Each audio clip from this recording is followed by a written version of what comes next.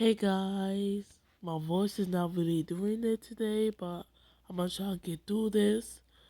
So today we'll read Exodus chapter 14, and today's verse for today is Mark 16, verse 15. He said to them, "Go into all the world and preach the gospel to all creation." Amen. So today we'll read Exodus chapter 14.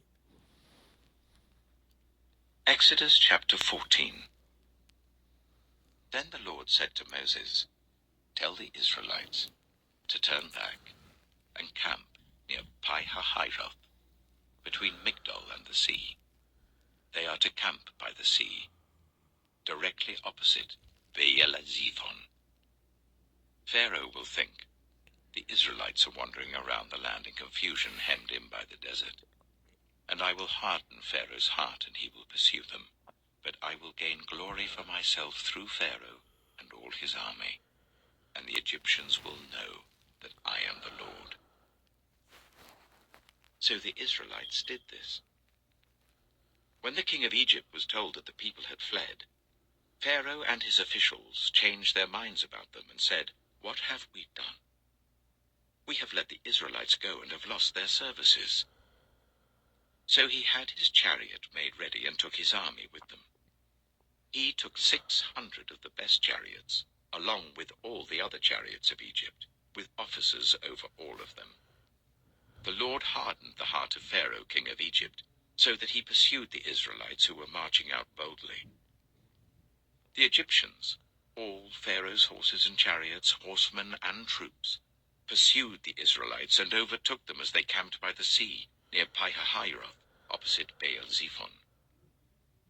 As Pharaoh approached, the Israelites looked up, and there were the Egyptians marching after them. They were terrified and cried out to the Lord. They said to Moses, "Was it because there were no graves in Egypt that you brought us to the desert to die? What have you done to us by bringing us out of Egypt? Didn't we say to you in Egypt, 'Leave us alone, let us serve the Egyptians'? It would have been better for us to serve the Egyptians than to die in the desert." Moses answered the people, "Do not be afraid. Stand firm, and you will see the deliverance the Lord will bring you today. The Egyptians you see today, you will never see again. The Lord will fight for you. You need only to be still." Then the Lord said to Moses, "Why are you crying out to me? Tell the Israelites to move on.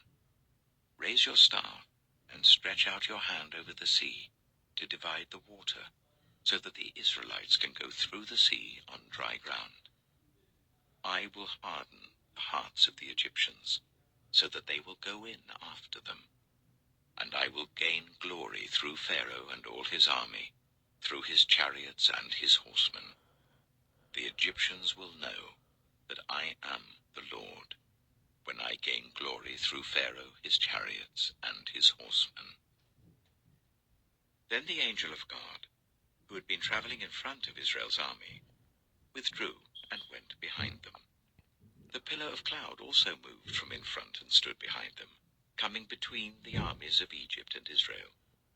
Throughout the night the cloud brought darkness to the one side and light to the other, so neither went near the other all night long.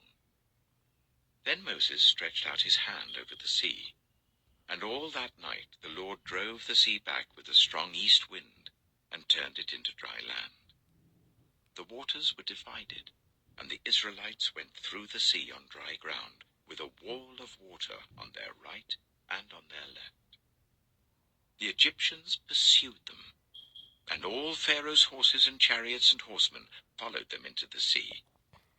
During the last watch of the night, the Lord looked down from the pillar of fire and cloud at the Egyptian army and threw it into confusion. He jammed the wheels of their chariots so that they had difficulty driving. And the Egyptians said, "Let's get away from the Israelites. The Lord is fighting for them against Egypt."